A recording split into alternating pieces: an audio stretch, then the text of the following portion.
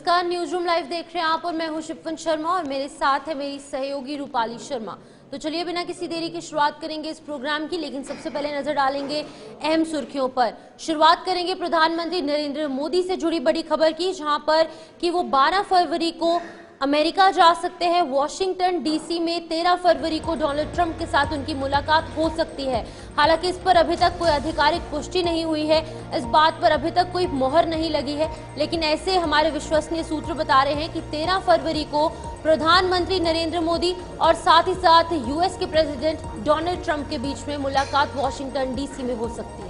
तो बिल्कुल इसके बाद बात होगी यहाँ पर प्रधानमंत्री नरेंद्र मोदी को लेकर, जहाँ पर आज अभिभाषण और धन्यवाद प्रस्ताव का जवाब वो देंगे और इसी में ये देखने को मिल सकता है कि काफ़ी हंगामा जो है वहाँ पर विपक्ष करता हुआ नजर आएगा, क्योंकि कई ऐसे मुद्दे हैं जिसको लेकर चर्चा होने वाली है। फिलहाल इस धन्यवाद प्रस्ताव को लेकर अगर बात की जाए, जो राष्ट्रपति द्रौपदी मुर्मू ने अभिभाषण दिया था ये उसको लेकर है। कल नेता प्रतिपक्ष राहुल गांधी ने प्रस्ताव आगे रखा था, जवाब दिया था और आज प्रधानमंत्री नरेंद्र मोदी देंगे, जहां पर यह कहा जा रहा है कि सबसे अहम मुद्दा जो है पप्पू यादव को लेकर अगर बात की जाए तो उन पर हंगामा जो है सदन में देखने को मिल सकता है। तो बिल्कुल इसी बीच आगे बढ़ेंगे, जहां पर हरियाणा के हवाले से बात की जाए तो आज चंडीगढ़ में हरियाणा कैबिनेट की बैठक होगी।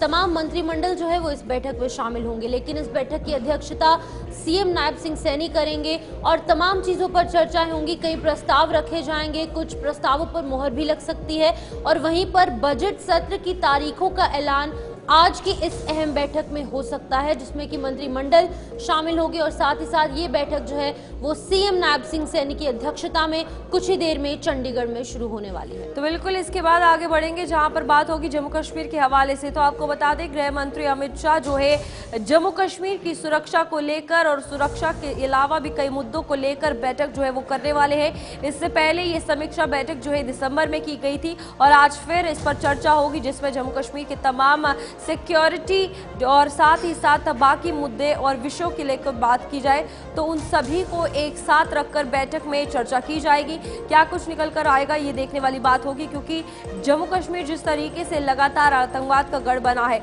चेंजेस जो आए हैं और किस तरीके से उसको अडॉप्ट किया जाए, इस पर बैठक होने वाली है। बिल्कुल इसी बीच अब बात करेंगे महाकुंभ को लेकर, क्योंकि महाकुंभ में जहां पर आम जनमानस जा रहा है, यानी कि श्रद्धालु वहां पहुंच रहे हैं, उसी के साथ साथ प्रधानमंत्री से लेकर राष्ट्रपति और उपराष्ट्रपति भी वहां पर पहुंच रहे हैं। आने वाले कल यानी कि कुछ ही दिन बाद 5 फरवरी को प्रधानमंत्री नरेंद्र मोदी का दौरा वहां पर प्रस्तावित है, जिसको लेकर सभी तरीके के इंतजाम किए गए हैं, चाहे वो सुरक्षा है या फिर अन्य सुविधाएं श्रद्धालु के लिए है, सभी तरीके के इंतजाम किए गए हैं। तो चलिए इसी बीच हम शुरुआत करेंगे प्रोग्राम की। सबसे पहले हम आपको लोकसभा ले चलेंगे, जहां पर कि अभिभाषण चल रहा है। तस्वीरें दिखाएंगे कि लाइव तस्वीरें क्या कुछ कह रही हैं लोकसभा की। किया जाता है और भारत सरकार की संस्था केंद्रीय बागनी फसल शोध संस्थान कसारगोड केरल ने रोग प्रतिरोधी नारियल किस्मों के विकास के लिए भी काम किया है और अपने प्रारंभिक शोध में यह पाया है कि संकर और लंबी किस्में सफेद मक्खी का संक्रमण कम होता है और वो किस्में हैं गौतमी गंगा, टिप्टोटाल, वेस्ट कोस्ट टाल, ईस्ट कोस्ट टाल। तो लगातार ये प्रयत्न किए जा रहे हैं कि व्हाइट फ्लाई जैसे रोगों की रोकथाम की जाए। Second supplementary, sir.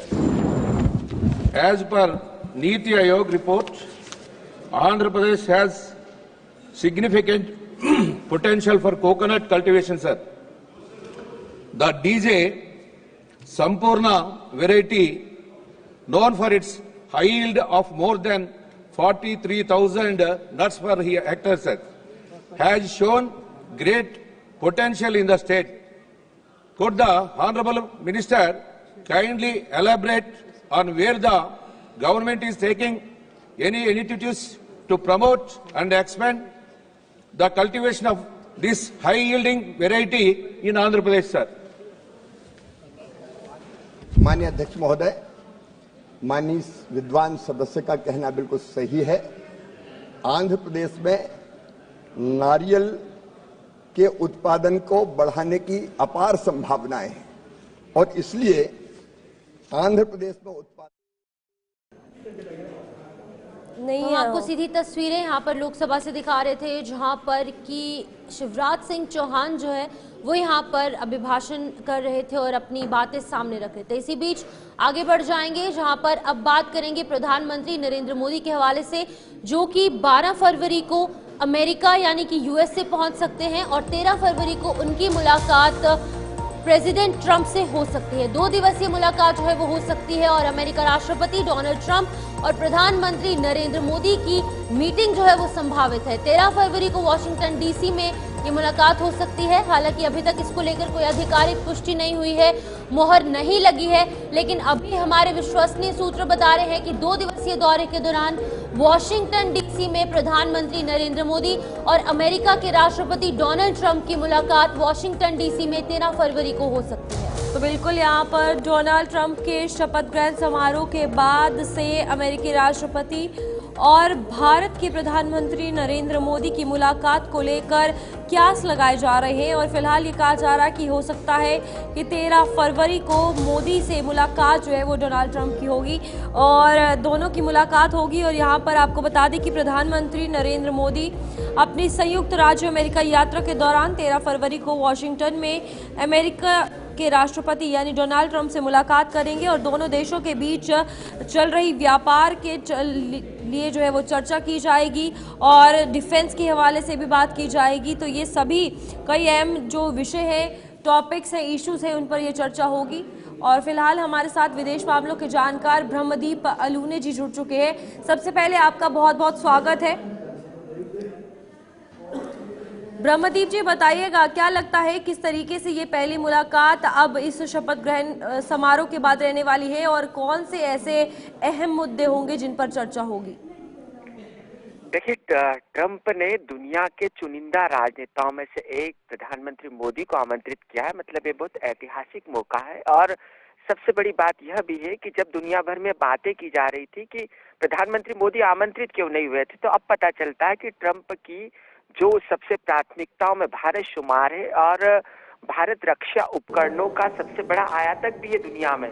तो इस मुलाकात में जो सबसे महत्वपूर्ण बिंदु हो सकते हैं वह ये हो सकते हैं कि रक्षा साझेदारी भारत से कैसे बढ़ाए, कैसे ज्यादा से ज्यादा, जैसे अमेरिका भारत को ड्रोन बेच रहा है, नौसेना को लेकर भारत की उस पर नजर है। और एक बात और भी है कि हमेशा अमेरिका ये समझता रहा है कि भारत रूस से हथियार खरीदता है, तो एक बड़ी जो डील हो सकती है भारत और अमेरिका के बीच वो रक्षा उपकरणों की हो सकती है। और दूसरी बात जो महत्वपूर्ण यह भी है कि एशिया प्रशांत जो कहा जाता था उसे हिंद प्रशांत या इंडो पैसिफिक ट्रंप ने कहा है। तो इससे जाहिर होता है कि ट्रंप के लिए भारत बहुत महत्वपूर्ण है और जब चीन पर टैरिफ को लेकर प्रतिबंध लगाए हो तो वहां पर क्वाड को मजबूत करके कैसे चीन को घेरा जाए। तो चीन और भारत रक्षा उपकरण, ये भारत और अमेरिका के बीच जो 2 महत्वपूर्ण मुद्दे हो सकते हैं और देखना है, दिलचस्प होगा कि इन पर जो भारत और अमेरिका के बीच जो समझौते होंगे तो उसमें ये जो 2 अहम मुद्दे होंगे इन पर कैसे बात बनेगी। जी लेकिन डॉक्टर साहब, एक बात ये भी साफ आप कर दीजिए कि ये मोदी जो है वो दुनिया के उन गिने चुने नेताओं में से हैं जो कि ट्रंप प्रशासन के सत्ता संभालने के बाद वॉशिंगटन डीसी पहुंचेंगे ट्रंप से मिलने के लिए। तो ये तमाम चीजें साफ कर देती हैं कि कितनी स्ट्रांग पर्सनालिटी प्रधानमंत्री नरेंद्र मोदी की है, इनकी लीडरशिप क्वालिटीज, और कहीं ना कहीं लोकप्रिय नेता बनते जा रहे हैं वर्ल्ड वाइड। देखिए, बेशक बिल्कुल आप सही कहते हैं। दरअसल बात यह है कि दुनिया का सबसे बड़ा लोकतांत्रिक देश भारत है और अमेरिका की जो विदेश नीति उसमें जो महत्वपूर्ण बिंदु होते हैं वह लोकतंत्र और मानवाधिकार होते हैं। तो दुनिया के सबसे बड़े लोकतांत्रिक देश के प्रधानमंत्री होने के नाते तो प्रधानमंत्री मोदी का कद बहुत बड़ा है ही, लेकिन उसके साथ साथ जो मोदी जी की भूमिका दुनिया में नजर आई है, चाहे यूक्रेन और रूस से मिलना हो, चाहे इजराइल को लेकर हो, तो प्रधानमंत्री मोदी बेबाकी से अपनी बात को रखते हुए आए हैं। और यही कारण है कि ट्रंप दुनिया भर में जो अपनी अमेरिका की महत्वाकांक्षाओं को देख रहे हैं, वहां पर मोदी उनको एक ऐसे नेता नजर आते हैं जो एक मध्यस्थता के तौर पर शानदार तरीके से अपना जो रोल है वो अदा कर सकते हैं। तो यही कारण है कि आप देखिए, सुरक्षा परिषद के 5 सदस्य हैं, आप यूक्रेन, आप सऊदी अरब को ले ले, संयुक्त अरब अमीरात को ले ले, कतर को ले ले, दुनिया के जो नामचीन देश है, लेकिन उन्होंने आमंत्रित मोदी जी को किया है। निश्चित तौर पर मोदी जी न केवल एक शक्तिशाली लीडर भी है, लेकिन उसके साथ साथ उन्होंने साबित किया है कि दुनिया के जो अहम देश है वो भी उन्हें बहुत सम्मान की दृष्टि से देखते हैं। ठीक है डॉक्टर साहब, बहुत बहुत धन्यवाद हमारे साथ जुड़ने के लिए और हमारे साथ ये जानकारी साझा करने के लिए। इसी के साथ आगे बढ़ते हैं, जहां पर लोकसभा की अगर बात की जाए तो आपको बता दें प्रधानमंत्री नरेंद्र मोदी आज जवाब देंगे, जहां पर कल नेता प्रतिपक्ष राहुल गांधी ने दिया था धन्यवाद प्रस्ताव पर पीएम मोदी जवाब देने वाले हैं और यहां पर आज शाम 5 बजे लोकसभा में संबोधन है और यही कहा जा रहा है कि लोकसभा में फिर से ये हंगामा जो है वो बरप सकता है और काफ़ी ऐसे मुद्दे हैं जिसको लेकर विपक्ष सामने खड़ा हो सकता है। तो आज पीएम मोदी जो है वो जवाब देने वाले हैं, जिसको लेकर ये धन्यवाद प्रस्ताव की अगर बात की जाए तो शाम 5 बजे पीएम मोदी का संबोधन है। तो बिल्कुल आपको बता दें कि पार्लियामेंट में बजट सेशन जो है वो चल रहा है और ये सदन में अब एक एक चीजें कर सामने आ रही हैं और आज आपको बता दें कि लोकसभा में प्रधानमंत्री नरेंद्र मोदी आज जवाब देंगे और धन्यवाद प्रस्ताव पर पीएम मोदी द्वारा जवाब दिया जाएगा और आज शाम 5 बजे का यह समय निर्धारित किया गया है जब लोकसभा में संबोधित करते हुए प्रधानमंत्री नरेंद्र मोदी जवाब देंगे और 6 फरवरी को राज्यसभा में पीएम मोदी जवाब देंगे। यानी कि आज की बात की जाए, आज मंगलवार का दिन है, आज वो लोकसभा में अपनी बात रखेंगे और इसी के बीच में वीरवार की बात की जाए तो वो राज्यसभा में संबोधित करेंगे। तो बिल्कुल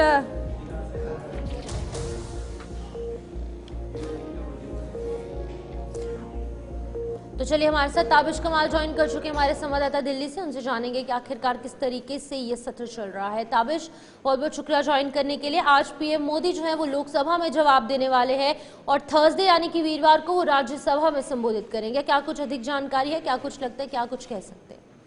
बिल्कुल, देखिए क्योंकि राहुल गांधी ने एक जमकर के निशाना साधा है सरकार पर, उन्होंने बजट पर कई सवाल उठाए। राहुल गांधी ने कहा कि जिस तरह से बजट आया है ऐसा लग रहा है जैसे पिछली बार का जो भाषण था उसी को इस बार रिपीट कर दिया गया है। गरीबों के लिए, आम जनता के लिए, महंगाई और बेरोजगारी के लिए सरकार बात नहीं कर रही है। बजट पर राहुल गांधी ने कई सवालिया निशान खड़े किए। पिछली बार भी हमने देखा है जब बजट आया था तो राहुल गांधी ने इस बजट पर कई सवालिया निशान खड़े किए थे। याद होगा आपको, हाल ही में अभी दिल्ली में कांग्रेस की विधानसभा चुनाव के दौरान रैली में राहुल गांधी ने कहा था कि बजट में जब निर्मला सीतारमण जो केंद्रीय मंत्री हैं तो वो जब फाइल लेकर के जाती हैं उनके इर्द गिर्द जो लोग होते हैं उनमें से ना कोई एससी, ना एसटी, ना ओबीसी कोई नहीं होता है। तो ये कहीं ना कहीं एक निशाना वो पिछले 2 बजट से लगातार साधते रहे हैं और उन्हीं सब का जवाब देने के लिए प्रधानमंत्री नरेंद्र मोदी आज कहीं ना कहीं मुखर होकर बोलते हुए नजर आएंगे। देखिए, बजट को लेकर बीजेपी अपनी पेट थपथपा रही है। बीजेपी का मानना यह है कि ये बेहतर बजट है, आम जनजीवन जो है वो उसके लिए बेहतर बजट माना जा रहा है। लेकिन बजट को लेकर के जिस तरह की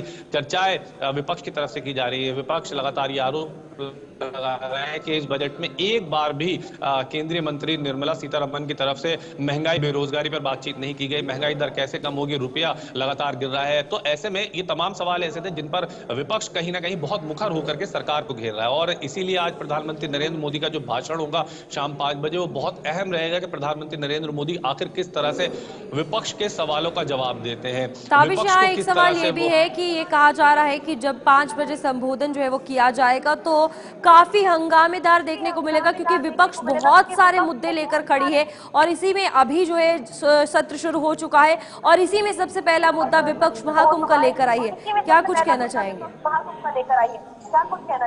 देखिए, चूंकि ये तो पहले दिन ही आसार समझ में आ गए थे कि विपक्ष ने अपनी मंशा पूरी तरह साफ कर दी थी। आपको याद हुआ कि जब सर्वदलीय बैठक सत्र से पहले बुलाई गई थी तो विपक्ष ने उस वक्त साफ कर दिया था कि हम महाकुंभ पर भगदड़ में मरी मौतों का हिसाब चाहते हैं। जो अव्यवस्थाएं वहां पर फैली हैं, सरकार आंकड़ा छुपा रही है और कल से भी हम लगातार देख रहे हैं महाकुंभ को लेकर के विपक्ष लगातार सरकार को घेर रहा है। महाकुंभ में जिस तरह से भगदड़ के बाद के मौतें हुई हैं, विपक्ष का आरोप यह है कि सरकार महाकुंभ में हुई मौतों के आंकड़े को छुपा रही है, अपनी नाकामियों को छुपाने की सरकार कोशिश कर रही है। हालांकि सरकार की तरफ से कई जवाब भी दिए गए हैं, आंकड़े भी जारी कर दिए गए हैं, लेकिन लगातार इस बात को कहा जा रहा है कि ये आंकड़े पूरी तरह से फर्जी हैं। सरकार को सही और सटीक आंकड़े देने चाहिए। अब उम्मीद ये है कि जब प्रधानमंत्री नरेंद्र मोदी, पिछली बार देखिए आपको याद होगा जब प्रधानमंत्री नरेंद्र मोदी ने बजट के बाद अपना भाषण शुरू किया था तो विपक्ष ने हंगामा किया था, कई मांगे थी जिस पर। ठीक है ताबिश, बहुत बहुत शुक्रिया। इसी बीच बड़ी खबर सामने आ रही है, गुजरात में भी यूसीसी लागू करने की तैयारी हो चुकी है। आपको बता दें कि यूनिफॉर्म सिविल कोड आज दोपहर 12 बजे के करीब जो है वो सीएम भूपेंद्र पटेल इस बात पर बड़ी घोषणा कर सकते हैं। आपको बता दें कि उत्तराखंड पहला राज्य बन चुका है जहां पर कि यूनिफॉर्म सिविल कोड लागू हो चुका है धरातल पर, और अब गुजरात ये दूसरा बड़ा राज्य बनने वाला है जहां पर कि यूसीसी लागू करने की बात आ चुकी है। बता दें कि दोपहर 12 बजे के करीब सीएम एक प्रेस कॉन्फ्रेंस करेंगे। भूपेंद्र पटेल ये बड़ी घोषणा गुजरात में कर सकते हैं। तो बिल्कुल अगर उत्तराखंड की बात की जाए तो पहला राज्य जो है वो बना जिसमें यूसीसी लागू हुआ, और अब गुजरात में जल्द यूसीसी लागू जो है वो हो सकता है, और आज उसका ऐलान खुद गुजरात के सीएम भूपेंद्र पटेल कर सकते हैं। और ये कहा जा रहा है कि दोपहर 12 बजे उनके द्वारा प्रेस कॉन्फ्रेंस की जाएगी। और आपको बता दें कि ये बड़ा ऐलान जो है आज सरकार यानी कि यूनिफॉर्म सिविल कोड का कर सकती है। और इसी में गृह राज्य मंत्री हर्ष संघवी प्रेस कॉन्फ्रेंस जो करेंगे जिसमें सीएम भी मौजूद होंगे। तो यहाँ पर गुजरात सरकार की अगर बात की जाए तो ये बड़ा फैसला, जहां पर उत्तराखंड पहला ऐसा राज्य बना था देश का जिसमें यूसीसी लागू हुआ था। हमारे साथ महिपाल सिंह, ब्यूरो चीफ गुजरात से हमारे ज्वाइन कर चुके हैं। महिपाल, जानकारी दीजिएगा, उत्तराखंड के बाद अब गुजरात भी यूसीसी लागू करने जा रहा है, ये ऐलान बड़ा सरकार की तरफ से किया जाएगा। किस तरीके से चीजें बदलेंगी जब सभी चीजों को एक समान देखा जाएगा? जिस तरीके से अभी देखा जाए तो उत्तराखंड में पहले भी सबसे पहला राज्य था भारत देश में जो उन्होंने यूसीसी लागू किया था, उसी की तर्ज पर यहाँ गुजरात में भी अभी आज दोपहर 12 बजे ये प्रेस कॉन्फ्रेंस की जाएगी जिसमें ये पूरा का पूरा जो मामला है सामने रखा जाएगा और कहा जाएगा ये यूसीसी कब से लागू होगा। और दूसरी चीजें है कि जो यहाँ पे है, यहाँ प्रॉपर्टी पे सबका समान अधिकार होना चाहिए, एक फैमिली में यहाँ विवाद नहीं होना चाहिए। सबसे बड़ी बात कि हर एक धर्म का अलग अलग सा लॉ होता है कई कई जगहों पे, तो वो भी नहीं होना चाहिए, वो भी खत्म हो सकता है। सिविल लॉ और जो यहाँ पे क्रिमिनल लॉ कहा जाता है तो वो भी शायद वो उसमें भी यानी कि समानता लाएंगे। ऐसी सारी बातें मुख्य रहेगी इसमें। जी महिपाल, यहाँ पर अगर बात की जाए यूसीसी को लेकर, उत्तराखंड जब पहला राज्य बना उसके बाद 2022 में ये कहा जा रहा था कि कई ऐसे राज्य होंगे जो यूसीसी लागू करेंगे। अब गुजरात में किस तरीके का बदलाव होगा, क्योंकि देश में रहने वाले सभी नागरिकों को धर्म, जाति, लिंग हो, सभी लोग एक समान होंगे। क्या कुछ देखते हैं गुजरात की जो तस्वीर है वो किस तरफ जाएगी यूसीसी के बाद? यूसीसी के बाद यहाँ पे देखा जाए तो गुजरात में काफी बदलाव देखा जाएगा, क्योंकि सभी जिस तरीके से पूरे देश में अलग अलग से समुदाय होते हैं और राज्यों की बात करें तो अलग अलग राज्यों में अलग अलग से कानून होता है, तो उसी तरह से यहाँ देखा जाए तो गुजरात में भी एक ही देश एक ही कायदा यहाँ पे इस तरीके से पूरा का पूरा ड्राफ्ट हो सकता है। और जिस तरीके से देखा जाए तो किसी भी हर एक नागरिक है गुजरात राज्य में वो भारत देश का नागरिक कहलाएगा। और ठीक है महिपाल, बहुत बहुत शुक्रिया तमाम अपडेट करने के लिए। ब्यूरो चीफ गुजरात हमें अपडेट कर रहे थे जहां पर कि गुजरात अब दूसरा बड़ा राज्य बनने वाला है जहां पर यूनिफॉर्म सिविल कोड जो है वो लागू किया जाएगा। सीएम योगी आदित्यनाथ जो है वो प्रयागराज पहुंच चुके हैं। आपको बता दें कि भूटान नरेश भी सीएम योगी के साथ जो है वो मौजूद हैं। आपको बता दें कि जिग्मे खेसर नामग्याल वांगचुक यहां पर डुबकी लगाने के लिए सीएम योगी आदित्यनाथ के साथ प्रयागराज पहुंचे हैं। तो लगातार आम लोगों के साथ साथ बड़े चेहरे, कई बड़ी पर्सनालिटीज लगातार पहुंच रही हैं, जहां पर हमने आपको अपडेट किया कि पीएम मोदी 5 फरवरी को पहुंचेंगे, लेकिन उससे ठीक पहले यहां पर कुछ और इंटरनेशनल पर्सनालिटीज भी प्रयागराज पहुंच रही हैं महाकुंभ में संगम की डुबकी लगाने के लिए। और ये जो पुण्य के भागीदारी बनने के लिए तमाम लोग यहां पर पहुंच रहे हैं। तो सीधी तस्वीरें आपके सामने, जहां पर सीएम योगी आदित्यनाथ के साथ भूटान नरेश भी यहां पर संगम में डुबकी लगाने के लिए पहुंच चुके हैं।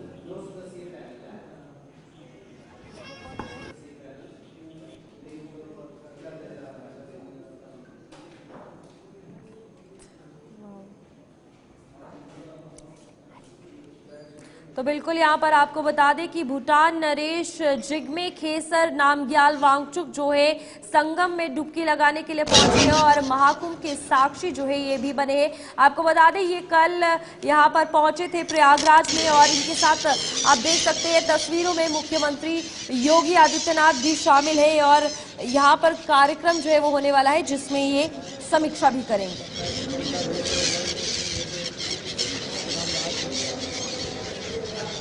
तो भेज देते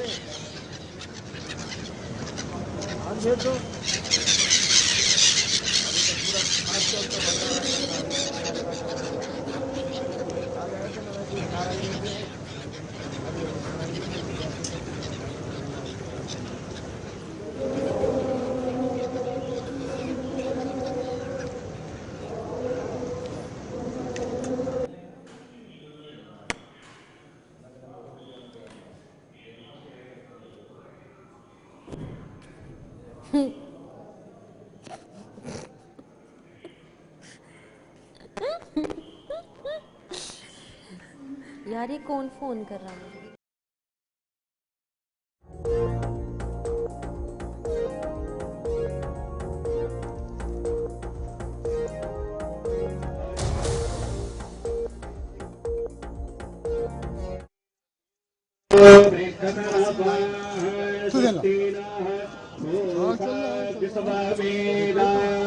स्वस्ति नस्तारक्ष्यो हरिष्ठाने मे स्वस्ति नो बृहस्पतिर्दधातु। क्या कर रहे हैं? पूजा होगी। हाँ हाँ।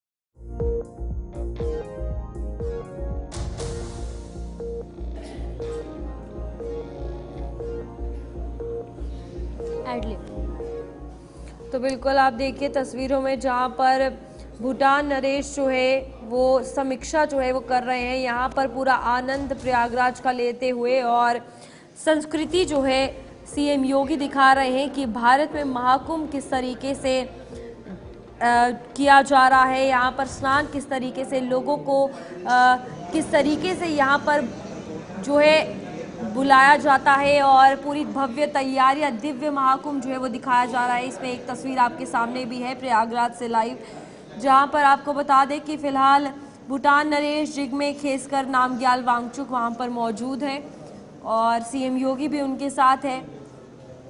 कल प्रधानमंत्री का दौरा है वहां पर और उसी में वो संगम में डुबकी लगाएंगे और फिलहाल यहाँ पर महाकुंभ में सीएम योगी मौजूद है। सारे अधिकारी आपको बता दें वहाँ व्यस्त रहते हैं। वीआईपी लेन अच्छी तो होनी चाहिए, ये एक बड़ी बात जो है लोगों के द्वारा फिलहाल कही जा रही है। राजनीतिक दल भी इसमें अपनी प्रतिक्रिया जो है वो रख रहे हैं, लेकिन आप देखिए कि बाहर से फॉरेन डेलीगेशंस हो, उपराष्ट्रपति हो, जगदीप धनखड़ यहाँ पर पहुँचे, केंद्रीय गृह मंत्री अमित शाह यहाँ पर अपने परिवार के समेत यहाँ पहुँचे और उन्होंने भी पूजा अर्चना की। इसके बाद बॉलीवुड सेलिब्रिटीज़ हो, फॉरेन डेलीगेशंस हो, हर कोई जो है महाकुंभ में पहुँच रहा है और यहाँ इस वक्त भूटान नरेश भी सीएम योगी के साथ संगम त्रिवेणी घाट पर मौजूद है, जहाँ पर समीक्षा जो है वो की जा रही है। अलग अलग कार्यक्रमों की समीक्षा वो करेंगे और लाइव तस्वीरें आपके सामने आप देख सकते हैं कि किस तरीके से यहाँ पर व्यवस्थाएं जो है वो की गई है और कल प्रधानमंत्री नरेंद्र मोदी भी यहाँ पर पहुँचने वाले हैं। तो इसको लेकर भी अगर बात की जाए प्रयागराज में तो डीजीपी की मीटिंग है, लेकिन अभी तस्वीरें आप देखिए जो हमारे मेहमान आए हैं इस तरीके से यहाँ पर उनका स्वागत किया गया है। संगम स्नान जो है वो किया जाएगा, जिसके बाद अक्षयवट की पूजा, फिर लेटे हुए हनुमान मंदिर के दर्शन।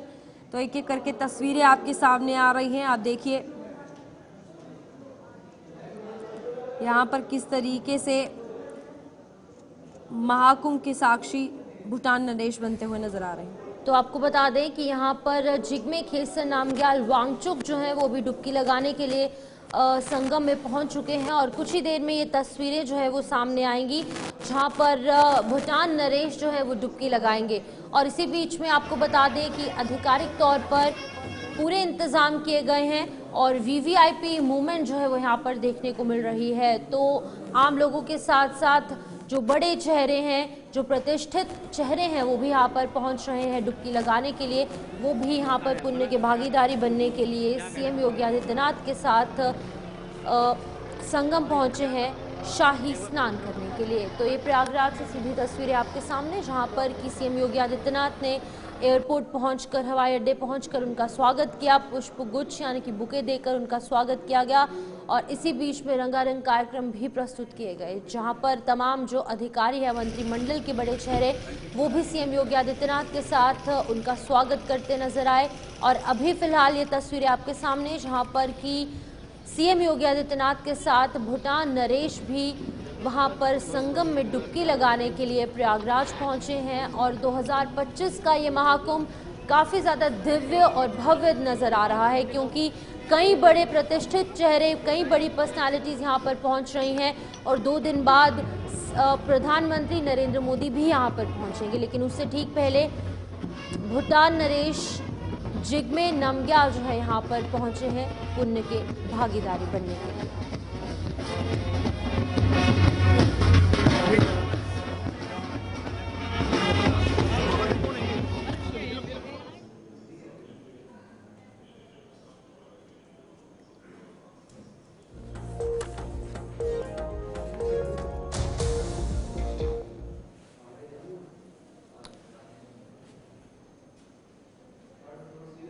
तो चलिए इसी बीच आगे बढ़ेंगे। अब बात होगी हरियाणा के हवाले से, क्योंकि हरियाणा में कैबिनेट की अहम बैठक जो है वो जो शुरू होनी थी अब वो शुरू हो चुकी है। सीएम नायब सिंह सैनी की अध्यक्षता में ये कैबिनेट की बैठक हो रही है जिसमें कि तमाम मंत्रिमंडल मौजूद है। हरियाणा सिविल सचिवालय में ये बैठक जो है वो शुरू हो चुकी है। बजट सत्र की तारीखों पर भी मोहर इस बैठक में लग सकती है। कुछ ही देर में तस्वीरें साफ हो जाएंगी कि आखिरकार क्या कुछ बड़े ऐलान क्या कुछ बड़ी बातें जो है वो इस बैठक में हुई हैं। लेकिन अभी फिलहाल ये बैठक शुरू हो चुकी है और ये बैठक लगातार चल रही है। हरियाणा सचिवालय में ये बैठक सीएम नायब सिंह सैनी की अध्यक्षता में चल रही है। तो इस वक्त की बड़ी खबर आपको बता दें, यहाँ पर अभी कैबिनेट की बैठक जो है वो शुरू हो चुकी है और हरियाणा सिविल सचिवालय में ये बैठक जो है वो कुछ ही देर में देखने को मिलेगी, जहां पर बजट सत्र की तारीखों पर मुहर लग सकती है। और आपको बता दें यहाँ पर अनिल विज जो है वो भी पहुंचेंगे और सीएम नायब सिंह सैनी को लेकर अगर बात की जाए तो लगातार कई मुद्दों को लेकर हमेशा आगे रहे हैं। फिलहाल बजट सत्र पर इनकी मुहर जो है वो लगेगी, इसको लेकर ये कैबिनेट की अहम बैठक की जा रही है जिसमें तमाम मंत्रिमंडल जो है मौजूद है और हरियाणा विधानसभा के बजट सत्र की तारीख जो है तय की जाएगी। तो सीएम नायब सिंह सैनी की अध्यक्षता में ये मीटिंग हो रही है। इसके अलावा कैबिनेट में कई महत्वपूर्ण फैसले भी लिए जाएंगे। Haryana logistic warehousing retail नीति और हरियाणा वन्य जीव संरक्षण नियम 2024 पर भी बैठक में चर्चा होगी। तो हमारे साथ हमारे संवाददाता संदीप गोयल ज्वाइन कर चुके हैं इस हवाले से अपडेट करने के लिए। संदीप, ये अहम बैठक हो रही है, शुरू हो चुकी है सिविल सचिवालय में, क्या कुछ लगता है क्या कुछ बड़े ऐलान इस बैठक के माध्यम से हो सकते हैं, क्या कुछ फैसले इस बैठक में हो पाएंगे? देखिए, बिल्कुल 11 बजे का समय रखा गया था और आज जो है ये बैठक चंडीगढ़ में चल रही है मुख्य सचिवालय में और वहां पर खुद मुख्यमंत्री नायब सिंह सैनी मौजूद हैं और बताया ये जा रहा है कि ये बैठक जो है पूरी तरह से बजट पर चर्चा से पहले की जा रही है और बजट सत्र कब बुलाया जाए इसकी तारीखों पर जो है चर्चा की जा रही है। लेकिन जो सोर्स बता रहे हैं वो उनका ये कहना है कि फरवरी के अंतिम सप्ताह या के मार्च की शुरुआत में बजट सत्र हो सकता है और ये 2 सेशनों में जो है बजट सत्र इस बार रखा जाएगा ताकि लोगों को आसानी से समझा जा सके और गहनता से उस पर जो है जानकारी दी जा सके। और ऐसे में इसको लेकर कैबिनेट की जो बैठक है वो शुरू हो चुकी है ऐसे में, और साथ ही ये बैठक जब शुरू हुई तो उसके 15 से 20 मिनट बाद जो है हरियाणा के बिजली मंत्री अनिल विज पहुंचे। तो कहीं ना कहीं सरकार से जो नाराजगी उनकी चल रही थी तो वो भी इस बैठक में देखने को मिली है। नाराजगी के बाद जो है अनिल विज इस बैठक में 15 से 20 मिनट देरी से पहुंचे हैं, लेकिन उससे पहले ही सरकार की ओर से जो अंदर की जो वीडियो थी वो जारी कर दी गई थी और उसके बाद अब ये बैठक जो है पूरी तरह से शुरू हो चुकी है और कहा यही जा रहा है कि इस बैठक का उद्देश्य जो बजट सत्र है वो कैसा रहने वाला है, उस पर क्या कुछ तारीख जो है डिसाइड की जा रही है और क्या क्या मुद्दे हो सकते हैं, मंत्रियों के क्या मांगे हो सकती हैं, इन तमाम चीजों पर आज चर्चा होना संभव है। संदीप, यहाँ पर एक सवाल ये भी उठता है कि अगर आज चर्चा हो रही है, तारीखें तय होगी, मुद्दे तय होंगे, लेकिन यहाँ पर ये भी फर्स्ट पॉइंट तो ये आता है कि सरकार तो जनता को देती है लेकिन जनता आखिर क्या चाहती है ये भी ध्यान देना बहुत ज्यादा जरूरी है। उसके बाद ही बजट बने तो उसका मतलब भी बनता है। तो क्या लगता है, अभी 2-3 चीजें जो है वो बताई जा रही हैं कि इन पर चर्चा होगी, तो फिलहाल हरियाणा की जनता क्या कुछ चाहती है वो भी बताइएगा। देखिए, बहुत महत्वपूर्ण है क्योंकि नायब सिंह सैनी जो है पहली बार कह सकते हैं कि उनको पूरा कार्यकाल मुख्यमंत्री के तौर पर मिला है और कई ऐसे बड़े विभाग खुद मुख्यमंत्री के पास हैं जिसमें खुद वित्त मंत्री जो है विभाग उन्होंने संभाला हुआ है। हमने देखा पिछली दफा कैसे वो कृषि मंत्री के साथ मिलकर जो है कृषि वैज्ञानिकों और कृषि के जो विशेषज्ञ उनके साथ एक बैठक करने कुरुक्षेत्र पहुंचे थे। उसके बाद उन्होंने उद्योगपतियों के साथ बैठक की, चार्टर्ड अकाउंटेंटों के साथ बैठक की और ये सुनिश्चित किया कि क्या उनकी मांगे हैं और क्या चाहते हैं सरकार से बजट में वो शामिल करने के साथ ही एक जो है पोर्टल लॉन्च किया गया था सरकार की तरफ से, जिसमें करीब बताया जा रहा है कि 3000 ऐसे जो है आवेदन या कहें कि लोगों की डिमांडें थी कि सरकार अगर इस तरह के कदम उठाती है तो फिर सीधे तौर पर जनता को उसका फायदा होगा। इन तमाम चीजों को जो है ध्यान में रखकर सरकार बजट बनाना चाहती है, लेकिन सबसे ज्यादा फोकस किसान और व्यापारियों पर होगा, रोजगार पर होगा और जो है कैसे एक व्यापारियों को साधा जा सके, नए आयाम हरियाणा में कायम किए जा सके। इन तमाम चीजों को ध्यान में रखते हुए बजट बनाने का काम सरकार कर रही है, लेकिन कितना जो है खरा उतर पाएगा जनता के भरोसे पर सरकार का ये बजट, ये देखने वाली बात होगी। और तारीख लगभग जो है बताई ये जा रही है फरवरी के अंतिम सप्ताह में जो है ये बजट सत्र हो सकता है, लेकिन औपचारिक घोषणा लगता है कि आज कैबिनेट की बैठक के बाद ही हो जाएगा। तो क्या लगता है इस बार जनता ने जो विश्वास सीएम नायब सिंह सैनी पर दिलाया है और बजट सत्र जो है फिलहाल तारीखें जो है इसकी तय होंगी, और ट्रांसपेरेंसी कितना ज्यादा जरूरी रहेगी इसमें कि जो बजट जनता के लिए निकाला गया वो जनता तक पहुंचे, जो लाभ जनता को देने हैं वो जनता तक पहुंचे, क्योंकि ये एक बहुत बड़ा जो है हमेशा सवाल खड़ा होता है कि हमारे लिए ये चीजें लाई गई, बोला गया, लेकिन हमें कुछ मिला नहीं। देखिए बिल्कुल ये ज्यादातर देखने को मिलता है कि जो सरकार जो वादे जो बजट जो होता है वो जनता तक पहुंचते पहुंचते कहें कि वो जो नीतियां जो योजनाएं होती हैं वो जनता तक नहीं पहुंच पाती है, चाहे वो प्रशासन की लापरवाही हो, चाहे फिर सरकार की लापरवाही हो, या फिर जागरूकता की कमी कहे, लेकिन सरकार कैसे उनको पहुंचाए, कैसे इंप्लीमेंट करने के बाद उन योजनाओं की जानकारी जन जन तक पहुंचाने का काम करे बहुत महत्वपूर्ण होता है। और ये कहा यही जाता है कि जो बजट सत्र पास होता है, जितना एक किसी योजना या किसी चीज के फंड में उपयोग होने वाली जो राशि होती है वो नीचे पहुंचते पहुंचते बहुत कम हो जाती है, या कहें कि एक घोटाले की भी फिर उसमें बू आने लगती है। तो इन चीजों पर भी सरकार को ध्यान देना चाहिए। ठीक है संदीप, बहुत बहुत शुक्रिया तमाम अपडेट करने के लिए। और संदीप यहाँ पर हरियाणा के हवाले से अपडेट कर रहे थे, जहाँ पर कि अभी फिलहाल कैबिनेट की बैठक चल रही है और क्या कुछ तस्वीरें होंगी वो भी आपको जरूर अपडेट करेंगे। लेकिन आपको बता दें कि तारीखों का ऐलान हो सकता है जहाँ पर बजट सत्र को लेकर चर्चाएं हो सकती है। इसी बीच एक और बड़ी खबर, राज्य चुनाव आयुक्त ने प्रेस कॉन्फ्रेंस जो है वो चंडीगढ़ में बुलाई है और हरियाणा चुनाव आयुक्त धनपत सिंह ने ये अहम प्रेस कॉन्फ्रेंस बुलाई है। आज शहरी निकाय चुनाव की घोषणा हो सकती है, तो आज शाम 5 बजे पंचकुला में ये बड़ी प्रेस कॉन्फ्रेंस, अहम प्रेस कॉन्फ्रेंस होगी जिसमें कि तमाम बातें सामने आएंगी। तो आपको बता दें कि चंडीगढ़ के हवाले से ये बड़ी खबर सामने आ रही है। तो बिल्कुल आपको बता दें आज शहरी निकाय चुनाव की घोषणा जो है वो होगी और चंडीगढ़ में कैबिनेट की बैठक भी जारी है। दूसरी तरफ आयुष्मान योजना के तहत इलाज जो है वो नहीं करेंगे हरियाणा के अस्पताल, ये भी बात जो है वो सामने आ रही है, लेकिन इन सभी पर चर्चा जो है वो की जाएगी।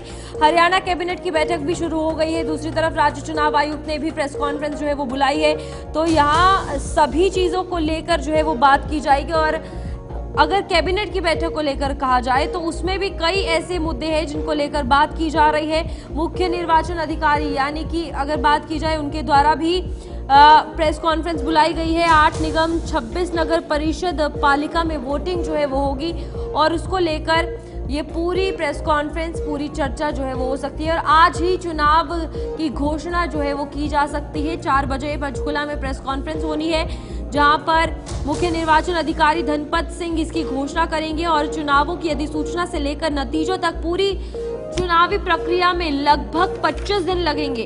अभी तक ये तर्क दिया जा रहा था कि विभिन्न दलों के पार्टी कैडर की एक बड़ी संख्या 5 फरवरी को होने वाली दिल्ली विधानसभा चुनाव में व्यस्त होगी। इस कारण जो है 5 फरवरी के बाद चुनावों का ऐलान होगा, लेकिन अब शायद आज शाम तक इसका ऐलान हो सकता है।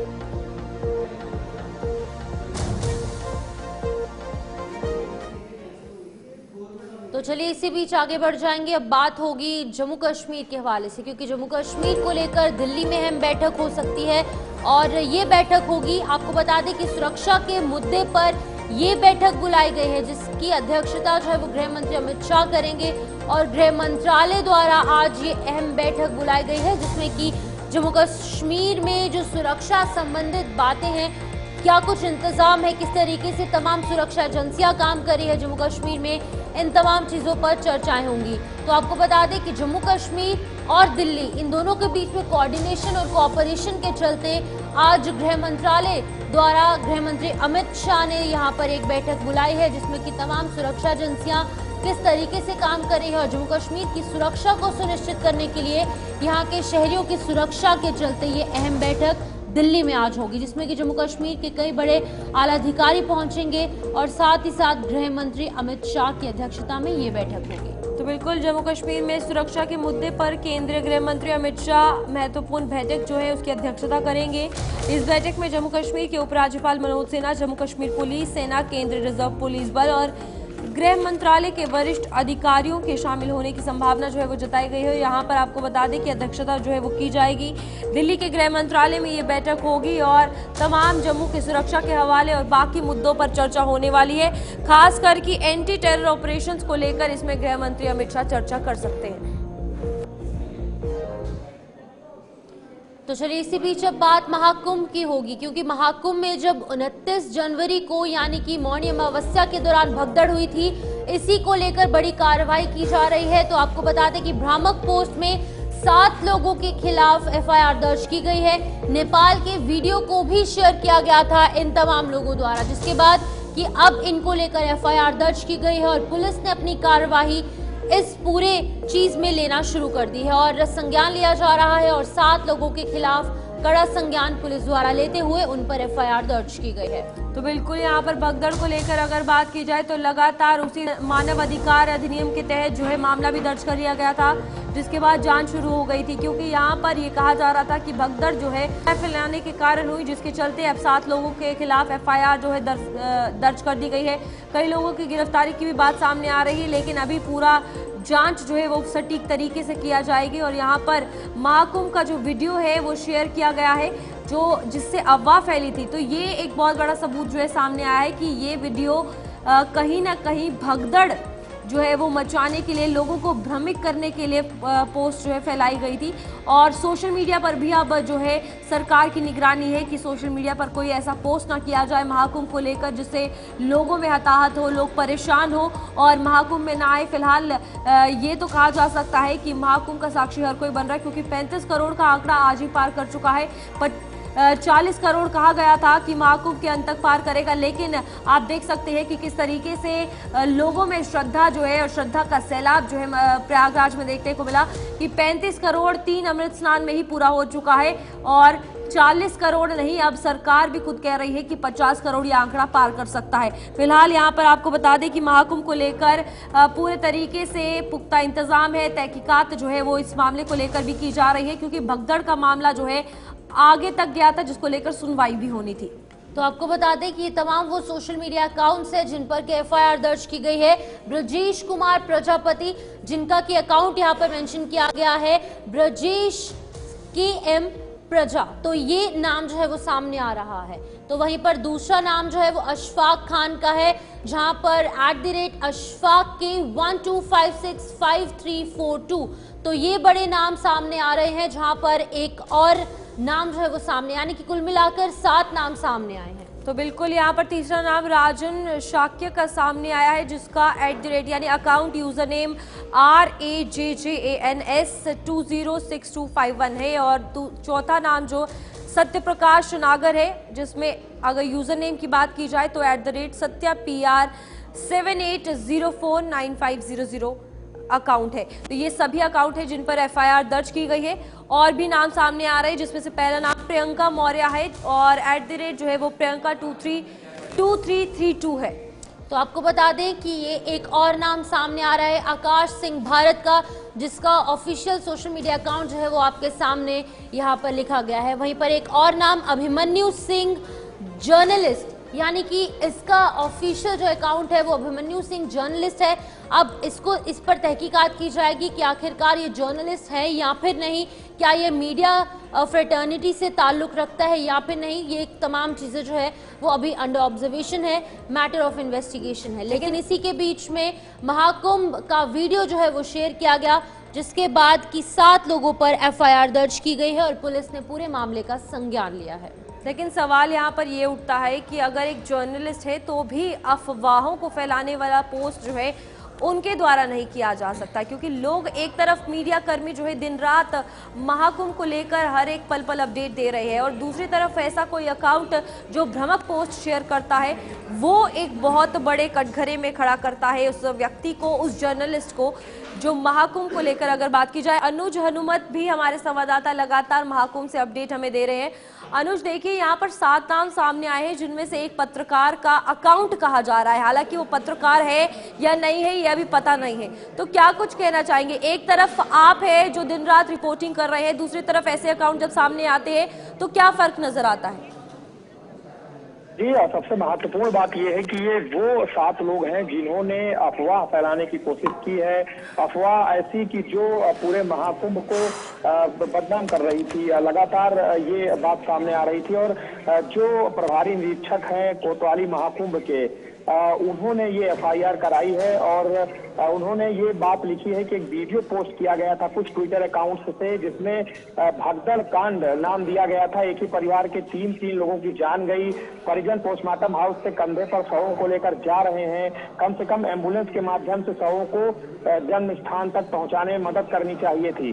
और उक्त ट्विटर अकाउंटों ने ये भ्रामक और असत्य पोस्ट की। बाद में ये वीडियो नेपाल का पता लगा जिनमें 7 लोग, जिनमें अभिमन्यु सिंह जर्नलिस्ट हैं, और इसमें प्रियंका मौर्य हैं, आकाश सिंह हैं और अशफाक खान है, सत्यप्रकाश नागर और जो रंजन साक्य और एक ब्रजेश प्रजापति का नाम आ रहा है जो कि बांदा के तिलवारी के पूर्व विधायक भी रहे हैं। तो ऐसे लोग हैं, कुछ ऐसे लोग हैं जो तथाकथित पत्रकार हैं। उनका कार्य ही यही है कि वो भ्रामक खबरें पोस्ट करते हैं, समाज में सौहार्द बिगाड़ते हैं। तो ऐसे तमाम नाम हैं जिनमें मुकदमा लिखा गया है और धाराएं जो है वो 173 धारा के बीएनएस के तहत जो नया कानून है उसके तहत 353 न्यायिक संहिता के तहत मुकदमा हुआ है और 67 जो धारा है सूचना प्रौद्योगिकी की धारा है। तो कुल मिलाकर के ये मुकदमा दर्ज किया गया है और इस मुकदमे के द्वारा ये कोशिश की जाएगी कि अब जो भ्रामक खबरें। अनुज, बहुत बहुत शुक्रिया तमाम जानकारी देने के लिए। अनुज हनुमत हमारे संवाददाता प्रयागराज से लगातार हमें अपडेट कर रहे हैं। हमारा चैनल लगातार इसको लेकर महाकवरेज कर रहा है, लेकिन इसी बीच भगड़ 29 जनवरी को हुई, उसको लेकर पुलिस ने संज्ञान लिया है और अब ये बात सामने आ रही है कि 7 लोगों के खिलाफ जो है वो एफआईआर दर्ज की गई है, जिसमें कि एक ये बताया जा रहा है कि वो जर्नलिस्ट मीडिया कर्मी हो सकता है। अब वो है या फिर नहीं, इस पर मोहर लगाएगी पुलिस। पुलिस अपने काम पर जुटी है। फिलहाल के लिए न्यूज़ रूम लाइव में इतना ही। दीजिए इजाजत, नमस्कार।